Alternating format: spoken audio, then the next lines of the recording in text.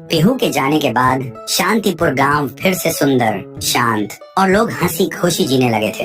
एक रात गांव में एक शादी हो रही थी। पूरा गांव शामिल था। सब धूमधाम से शादी मना रहे थे और तभी गुड़िया जमीन में लेटे हुए आती है और अचानक उठकर सीधा दुल्हन को खा जाती है। ये देखते ही लोगों के बीच में अफरा तफरी मच जाती है। कोई भागता है, कोई चिल्लाता है और वो गुड़िया खड़े होकर एक बच्चों जैसा गाना गाती है और फिर एक के बाद एक सबको मौत के घाट उतार देती है और फिर वो गायब हो जाती है। गांव फिर से कांप उठता है। सुबह सब लोग इकट्ठा होते हैं और कहते हैं वो भूखी लड़की वापस आ गई है। इस बार एक गुड़िया बन के लोग घुटनों के बल गिर जाते हैं और रो रो कर कहते हैं, हे भगवान हमें बचाओ। तभी गांव का मुखिया आता है और गुस्से में कहता है, चाहे वो कोई भी हो, है तो एक गुड़िया ही ना, आज रात मैं उसे खुद गाँव से निकालूंगा। फिर रात के ठीक 2:30 बजे मुखिया अपने 2 चेलों के साथ गांव के बीच खड़ा होता है और फिर वही धुआं छा जाता है और वही आवाज।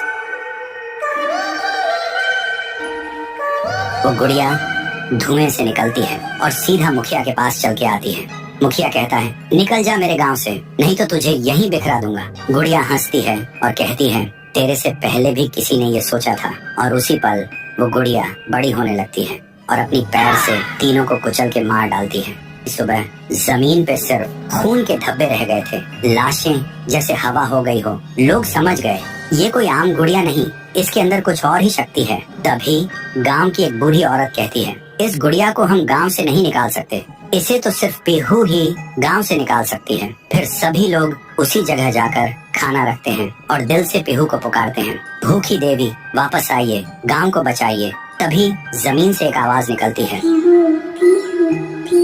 और मिट्टी से बनने लगती है पीहू। लोग चिल्लाकर कहते हैं, देवी हमें बचा लो।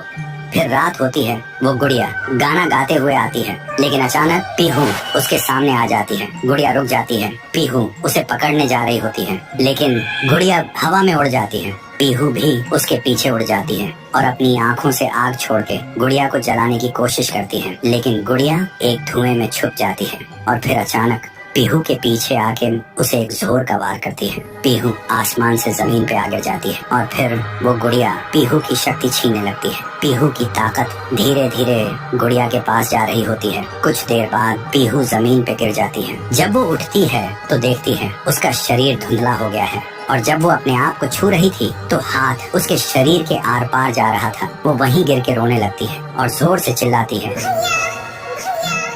और उसकी आवाज सीधा उसके भाई के कानों तक पहुंचती है। तो दोस्तों, अगर आप देखना चाहते हो पीहू वर्सेस गुड़िया वर्सेस तुम शहर, तो इस वीडियो को 1.5 लाख लाइक्स तक पहुंचाओ।